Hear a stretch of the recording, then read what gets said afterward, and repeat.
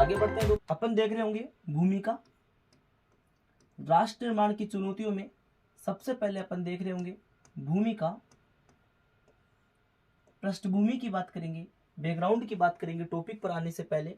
और इसमें अपन जान रहे होंगे, अपन बात कर रहे होंगे कि 14-15 अगस्त की मध्यरात्रि को भारत आज़ाद हुआ।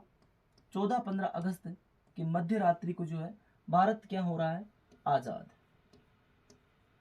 भारत आज़ाद हुआ, जिस क्षण की हमें बहुत लंबे समय से प्रतीक्षा थी, और वो क्षण आ गया मेरे प्यारे विद्यार्थियों।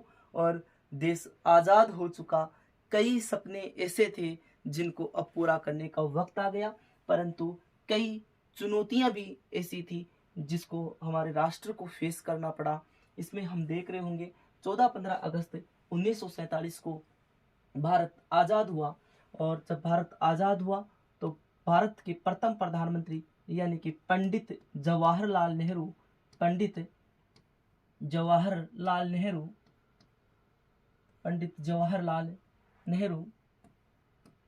चाचा नेहरू जी, ठीक है, जो कि आपको पता होना चाहिए भारत के प्रथम प्रधानमंत्री थे। कौन थे दोस्तों? भारत के प्रथम प्राइम मिनिस्टर थे। ठीक है, चाहे हम अंतरिम सरकार के प्राइम मिनिस्टर की बात कर ले, चाहे आज़ाद भारत यानी कि निर्वाचित जो सरकार थी उसके भी प्रथम प्रधानमंत्री की बात कर ले, तो first prime minister of India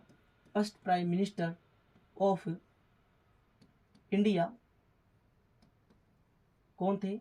Pandit Jawaharlal Nehru. ठीक है, तो अपन बात कर रहे होंगे 14-15 अगस्त 1947।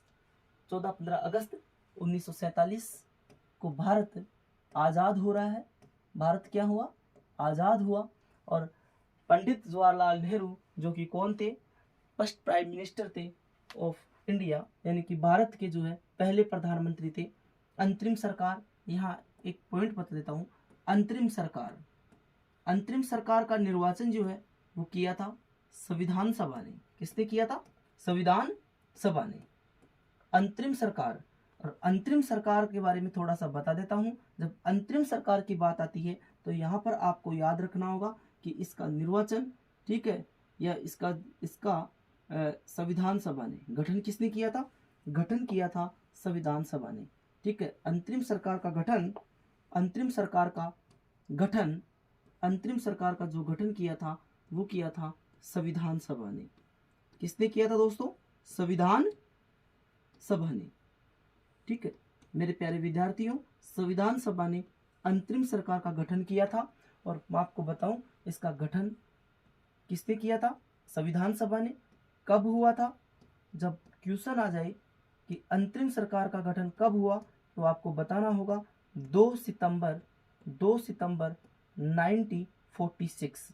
और ये सरकार यानी कि अंतरिम सरकार कब तक रही?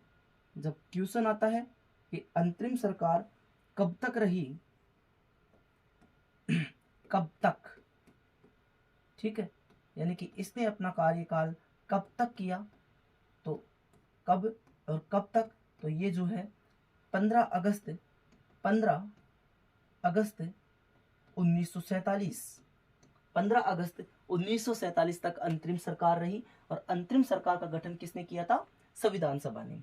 चलो आगे देखते हैं। 14-15 अगस्त 1947 को भारत आजाद होता है और भारत के प्रथम प्रधानमंत्री कौन? पंडित जवाहरलाल नेहरू। भारत के प्रथम प्रधानमंत्री पंडित जवाहरलाल नेहरू ने संविधान सभा की। पंडित जवाहरलाल नेहरू ने क्या किया? संविधान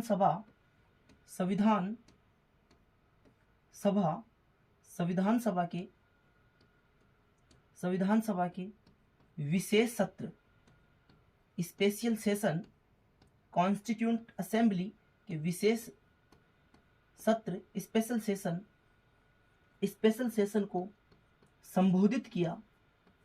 स्पेशल सेशन यानी कि विशेष सत्र को संबोधित किया। ठीक है, जो संबोधित किया, जो उन्होंने जो भाषण दिया, तो इस भाषण को हम कहते हैं, जो उनका जो प्रसिद्ध भाषण था, आज़ादी के उपलक्ष्य पर। तो इस प्रसिद्ध भाषण को हम कहते हैं भाग्यवधु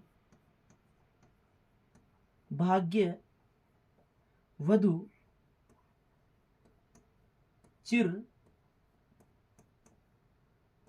प्रतीक्षित भाग्यवधु चिर प्रतीक्षित से भेंट। भाग्यवधु चिर प्रतीक्षित से भेंट, या इंग्लिश में जो है इसको अपन बोल रहे होंगे tourist with destiny. Tourist with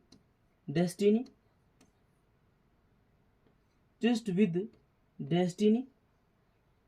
दोस्तों यदि क्वेश्चन आता है ट्रिस्ट विद डेस्टिनी क्या है या भाग्यवधु से चिर प्रतीक्षित भेंट क्या है, तो आपको इस आंसर का जवाब देना होगा।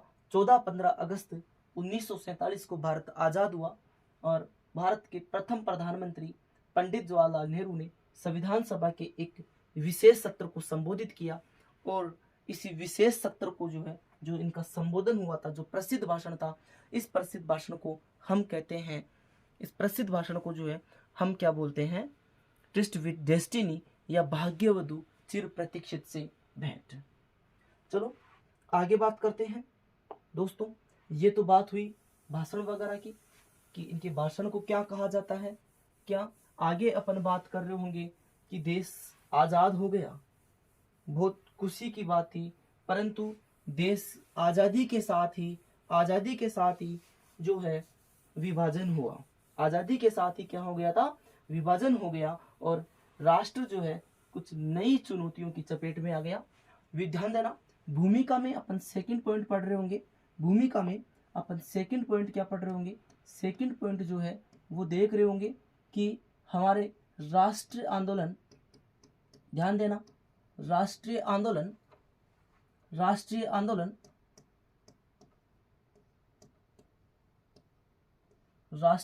के समय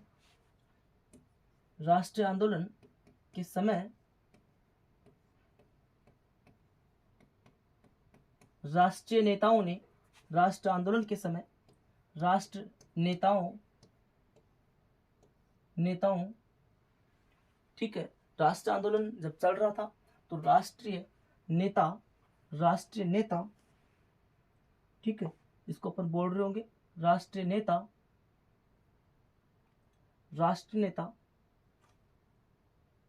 ठीक है, या राष्ट्र नेता दो लक्ष्यों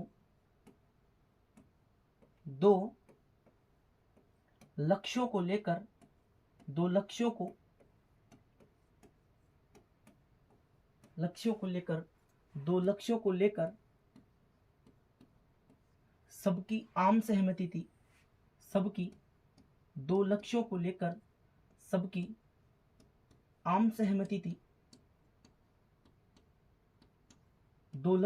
सबकी आम सहमति थी। इन सभी राष्ट्र नेताओं का मानना था कि आज़ादी के बाद, ध्यान देना इस पॉइंट पर, अच्छे से इसको समझना, ठीक है। इनका दो लक्ष्य था। इनका मानना था कि आज़ादी के बाद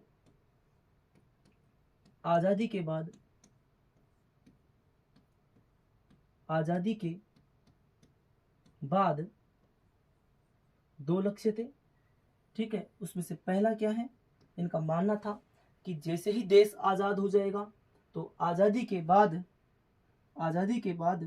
देश का शासन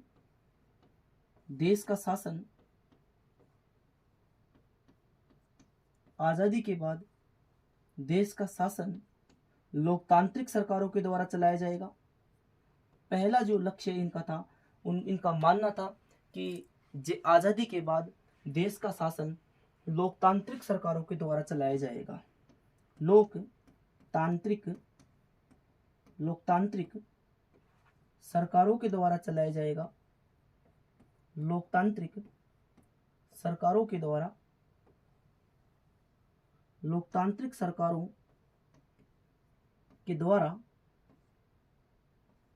चलाया जाएगा।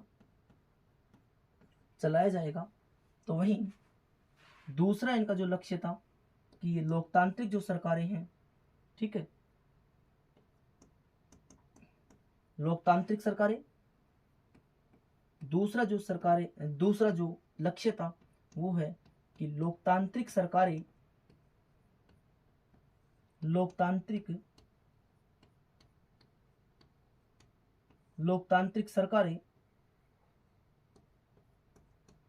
ये लोकतांत्रिक जो सरकारें हैं वो सबके हितों के लिए कार्य करेगी, सबके हितों के लिए, गुड फॉर ऑल, सबके हितों के लिए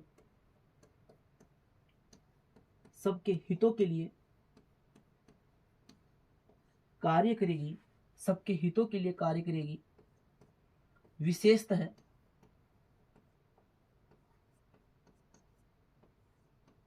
विशेषतः गरीबों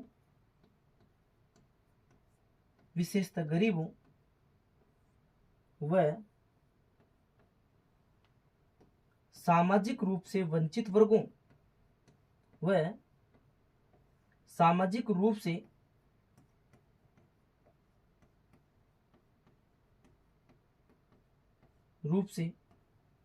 वंचित वर्गों के लिए कार्य करेगी। ठीक है दोस्तों, उम्मीद है मैं आपको समझा पाया। अपन बात कर रहे थे इसमें कि राष्ट्रीय आंदोलन के समय जितने भी राष्ट्रवादी नेता थे, वो राष्ट्रवादी नेता जो है वो दो लक्ष्यों को लेकर आम सहमति थी। पहला लक्ष्य ये था कि जैसे ही देश आज़ाद होता है तो आज़ादी के बाद, ठीक है, देश का जो शासन है वह किसके द्वारा चलाया जाएगा, लोकतांत्रिक सरकारों के द्वारा चलाया जाएगा। और दूसरा जो लक्ष्य है जिस पर सभी राष्ट्रवादी नेताओं की आम सहमति थी, दूसरा लक्ष्य ये है कि ये जो लोकतांत्रिक सरकारें हैं वो सबके हितों के लिए काम करेगी। इस विशेषतः किसके लिए, गरीबों के लिए काम करेगी। विशेषतः जो है वह सामाजिक रूप से वंचित वर्गों के लिए क्या कर रही होगी, काम कर रही होगी। परंतु दोस्तों समस्या ये थी कि ये जितना दिख रहा है उतना आसान नहीं है। आसान इसलिए नहीं था क्योंकि देश आज़ाद तो हुआ, परंतु आज़ादी के साथ ही विभाजन जैसी त्रासदी से हमें गुजरना पड़ा।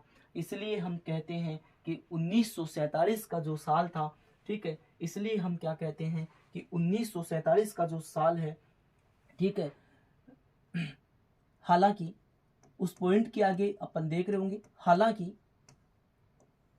हालांकि इन लक्ष्यों को पाना आसान नहीं था। हालांकि इन लक्ष्यों को प्राप्त करना आसान नहीं था। हालांकि इन लक्ष्यों को प्राप्त करना आसान नहीं था, ठीक है। हालांकि इन लक्ष्यों को प्राप्त करना आसान नहीं था, क्योंकि आजादी के साथ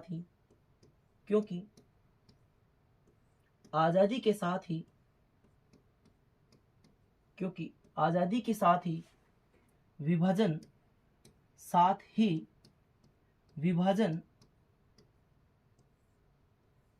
का सामना करना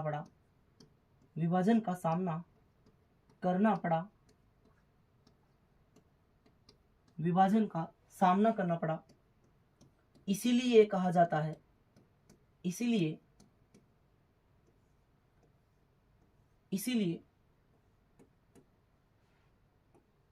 सन 1947 के साल को अभूतपूर्व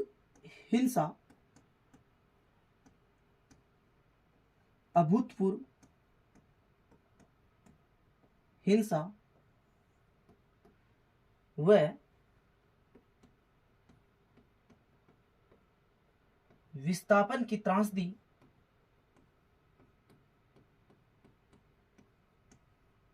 विस्थापन की त्रासदी का वर्ष कहा जाता है। दोस्तों साथ साथ नोट्स बनाते चलना, इससे थोड़ा याद जल्दी हो जाता है, हमारे कंसेप्ट भी क्लियर हो जाते हैं। तो हम देख रहे होंगे, यहाँ पर बात कर रहे होंगे। हालांकि इन दोनों लक्ष्यों को प्राप्त करना आसान नहीं है, क्योंकि आज़ादी के साथ ही, आज़ादी तो यानी कि भारत स्वतंत्र तो हुआ, परंतु स्वतंत्रता के साथ ही हमें किसका सामना करना पड़ा? विभाजन का सामना करना पड़ा। इसलिए हम कहते हैं कि सन 1947 का जो साल है वह अभूतपूर्व हिंसा व विस्थापन की त्रासदी का वर्ष रहा है। ठीक है, आगे अपन बात कर रहे होंगे मेरे प्यारे दोस्तों।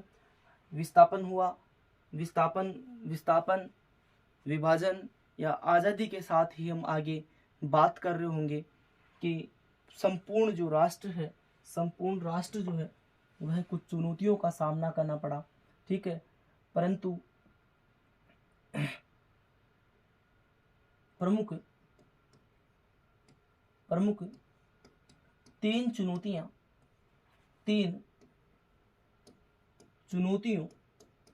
प्रमुख तीन चुनौतियों का सामना करना पड़ा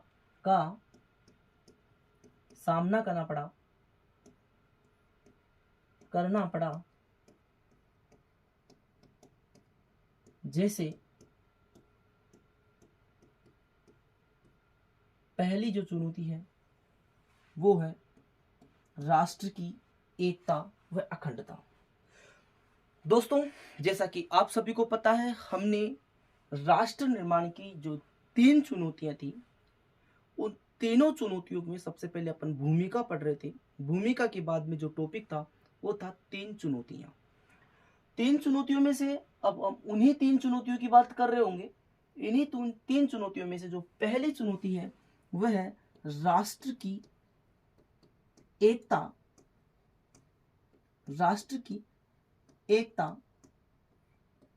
व अखंडता को बनाए रखना।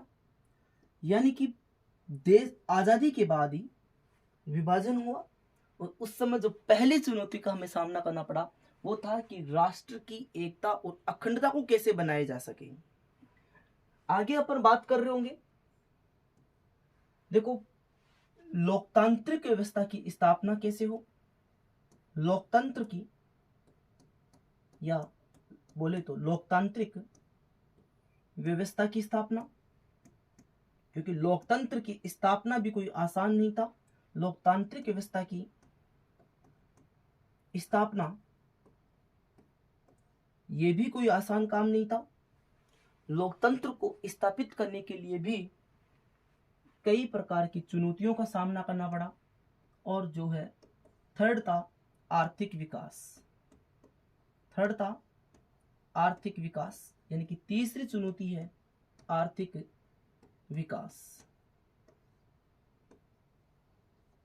अपन सबसे पहले इसमें पढ़ रहे होंगे राष्ट्र की एकता व अखंडता। मेरे प्यारे विद्यार्थियों यहां ध्यान देना, राष्ट्र की एकता व अखंडता कैसे आजादी के बाद चुनौती बना उसके बारे में बात कर रहे होंगे। प्यारे विद्यार्थियों आपको पता है कि भारत का क्षेत्रफल या भारत का आकार की यदि हम बात करें तो भारत का क्षेत्रफल या आकार वो अधिक है, तो वही भारत की जनसंख्या भी क्या है, अधिक है। इसलिए हम भारत का यानी कि आकार के हिसाब से और जनसंख्या के हिसाब से भारत किसी महादेश से कम नहीं है, महादेश लगता है। अब जब अपन बात कर रहे होते हैं कि किसी देश का क्षेत्रफल ज़्यादा है या किसी देश की जनसंख्या ज़्यादा है, तो हम कह रहे होते हैं कि वहाँ पर जो है कहीं ना कहीं विविधता भी ज़्यादा होगी। उन देशों में जो है विविधता भी क्या होगी, ज़्यादा होगी। अब विविधता की जब बात करते हैं तो विविधता, सांस्कृतिक विविधता, संस्कृति का मतलब होता है वेशभूषा, पहनावा, भाषा या आपकी रीति रिवाज, धर्म वगैरह की जब बात होती है, जब अपन बात करते हैं सांस्कृतिक विविधता, तो सांस्कृतिक जब विविधता की बात करते हैं तो हम देखते हैं कि अलग अलग सांस्कृतिक विविधता में अपन देख रहे होंगे अलग अलग भाषा व धर्म के लोग। और हिंदुस्तान में यही कंडीशन थी। आज़ादी के बाद भारत में क्योंकि विविधता तो ज़्यादा है, और विविधता ज़्यादा है तो भारत की सांस्कृतिक विविधता बहुत ज़्यादा थी। और सांस्कृतिक विविधता का मतलब है कि भारत में अलग अलग भाषा के लोग थे और अलग अलग धर्मों के लोग, अलग अलग भाषा व अलग अलग धर्मों के लोग रहते थे।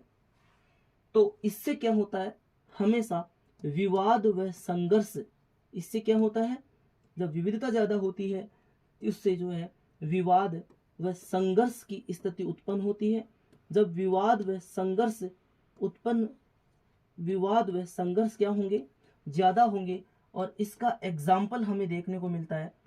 एग्जाम्पल जो है हम देख सकते हैं हमारे देश का विभाजन। एग्जाम्पल अपन देख सकते हैं देश का विभाजन, देश का विभाजन। ठीक है, विभाजन ने ये बात स्पष्ट कर दी थी कि एक बड़ा राष्ट्र, ठीक है, जिसकी विविधता ज़्यादा हो, सांस्कृतिक विविधता ज़्यादा हो, अलग अलग भाषा बोलने वाले लोग हो, अलग अलग धर्मों के लोग हो, वह राष्ट्र कभी एक नहीं रह पाएगा। ऐसा साबित कर दिया था किसने, विभाजन ने। क्योंकि विभाजन जो है, आपको बता दूं प्यारे विद्यार्थियों, विभाजन का जो आधार था वो था धर्म। क्या आधार बनाया गया था, धार्मिक आधार बनाया गया था। आगे जाकर अपन बात कर रहे होंगे मोहम्मद अली जिन्ना का द्विराष्ट्र सिद्धांत, जो कहता है कि भारत किसी एक कौम का देश नहीं है, बल्कि भारत दो कौमों का देश है। एक कौम तो कौन सी, हिंदू, और दूसरी कौम कौन सी, मुस्लिम। इसलिए मोहम्मद अली जिन्ना जी कहते थे कि मुस्लिमों के लिए एक अलग राष्ट्र यानी कि पाकिस्तान का निर्माण होना चाहिए। किसका निर्माण होना चाहिए दोस्तों, पाकिस्तान का। बेसिकली मैं ये कहना चाहता हूँ कि कहीं ना कहीं जो है सांस्कृतिक विविधता ज़्यादा थी और विभाजन में धर्म को आधार बनाया गया। देश का विभाजन हुआ जिससे ये कहीं ना कहीं एक चुनौती के रूप में रहा कि अब देश आज़ाद हो गया और फिर भी भारत जो है बहुत ज़्यादा विविधता वाला देश था। तो कहीं ना कहीं ऐसा लग रहा था, क्या भारत अपनी क्षेत्रीय व उप क्षेत्रीय पहचान बनाए रख सकता है? क्या भारत में सभी प्रकार की विविधता का सम्मान किया जाएगा? ये अपने आप में राष्ट्र निर्माण के समक्ष एक चुनौती थी। ठीक है दोस्तों, पहली चुनौती है राष्ट्र की एकता व अखंडता। राष्ट्र की एकता व अखंडता। दूसरी जो टॉपिक है वो है लोकतांत्रिक व्यवस्था की स्थापना। दूसरी चुनौती राष्ट्र निर्माण के समक्ष दूसरी चुनौती है लोकतांत्रिक व्यवस्था की स्थापना। मेरे प्यारे विद्यार्थियों, आप सभी को पता है, ठीक है, आप सभी को ये अवगत करा दूं कि जब संविधान बना था लोकतांत्रिक, इस पर बात करते हैं भी, लोकतांत्रिक व्यवस्था की स्थापना,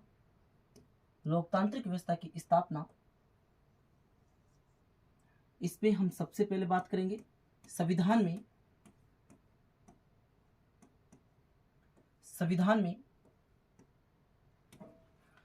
में मूल अधिकारों की गारंटी दी गई है। मूल अधिकारों यानी कि मौलिक अधिकारों की गारंटी दी गई है। मौलिक अधिकारों की गारंटी दी गई है। वहीं सेकंड जो है, भारतीय संविधान में नागरिकों को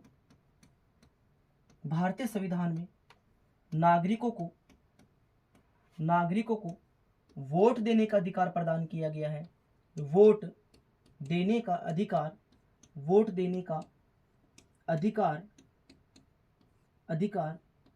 प्रदान किया गया है। ओके दोस्तों, मूल अधिकारों की गारंटी दी गई है और नागरिकों को जो है वो क्या दिया गया है, वोट देने का अधिकार। क्या दिया गया है दोस्तों, वोट देने का अधिकार दिया गया है। वहीं दूसरी ओर अपन बात करें तो भारत में ठीक है, भारत में संसदात्मक शासन व्यवस्था अपनाई गई है। संसदात्मक शासन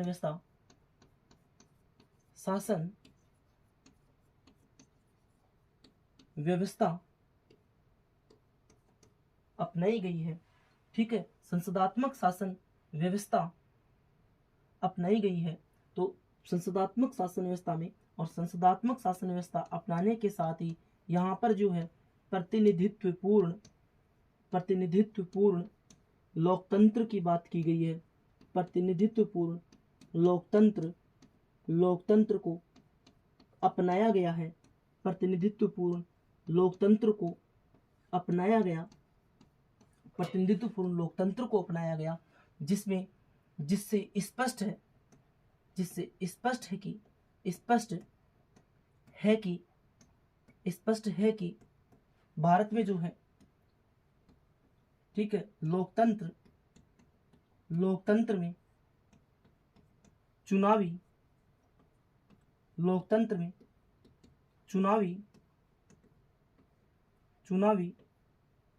मुकाबले होंगे। चुनावी या बोले तो राजनीतिक मुकाबले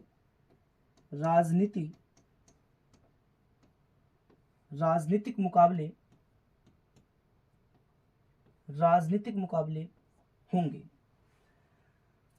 दूसरी चुनौती, लोकतांत्रिक व्यवस्था की स्थापना।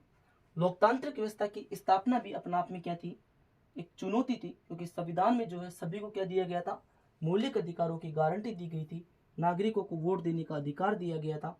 और भारत में जो है संसदात्मक शासन व्यवस्था, और आप सभी को बता दूं, संसदात्मक शासन व्यवस्था में क्या होता है, हमेशा एक लोकतंत्र होगा, यानी कि जनता के द्वारा सत्ताएं चुनी जाएगी, और जो शासनाध्यक्ष जो होते हैं, वो शासनाध्यक्ष चाहे वो राज्य के बतौर राज्य के मुखिया के रूप में हो, चाहे सरकार के मुखिया यानी कि प्रधानमंत्री के रूप में हो, तो उन सभी का क्या होता है, चुनाव किया जाता है। बाकी अपन बात करेंगे आर्थिक विकास, यानी कि राष्ट्र निर्माण की चुनौतियों में तीसरी जो चुनौती है वो है आर्थिक विकास। मेरे प्यारे विद्यार्थियों, तीनों चुनौतियों को हम आने वाले 3 चैप्टर्स में पढ़ रहे होंगे। जैसे पहली जो चुनौती थी राष्ट्र की एकता व अखंडता की, वो हम पहले चैप्टर में पढ़ेंगे। उसके बाद में लोकतांत्रिक व्यवस्था की स्थापना, ये हम सेकंड चैप्टर में पढ़ रहे होंगे। और आर्थिक विकास, ये जो है हम थर्ड चैप्टर में पढ़ रहे होंगे। आर्थिक विकास में मैं आपको बता दूं, इसमें था कि सभी के लिए सभी वर्गों का, ये चुनौती थी कि सभी वर्गों का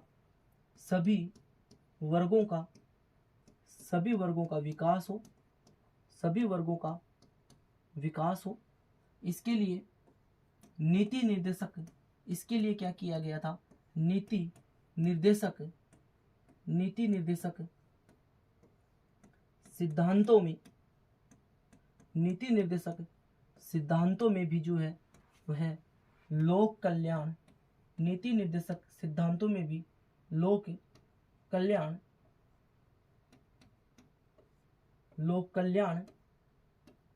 को बढ़ावा दिया गया, या लोक कल्याण की बात कही गई। ठीक है, आगे हम इस चैप्टर को डिटेल से पढ़ रहे होंगे थर्ड चैप्टर में।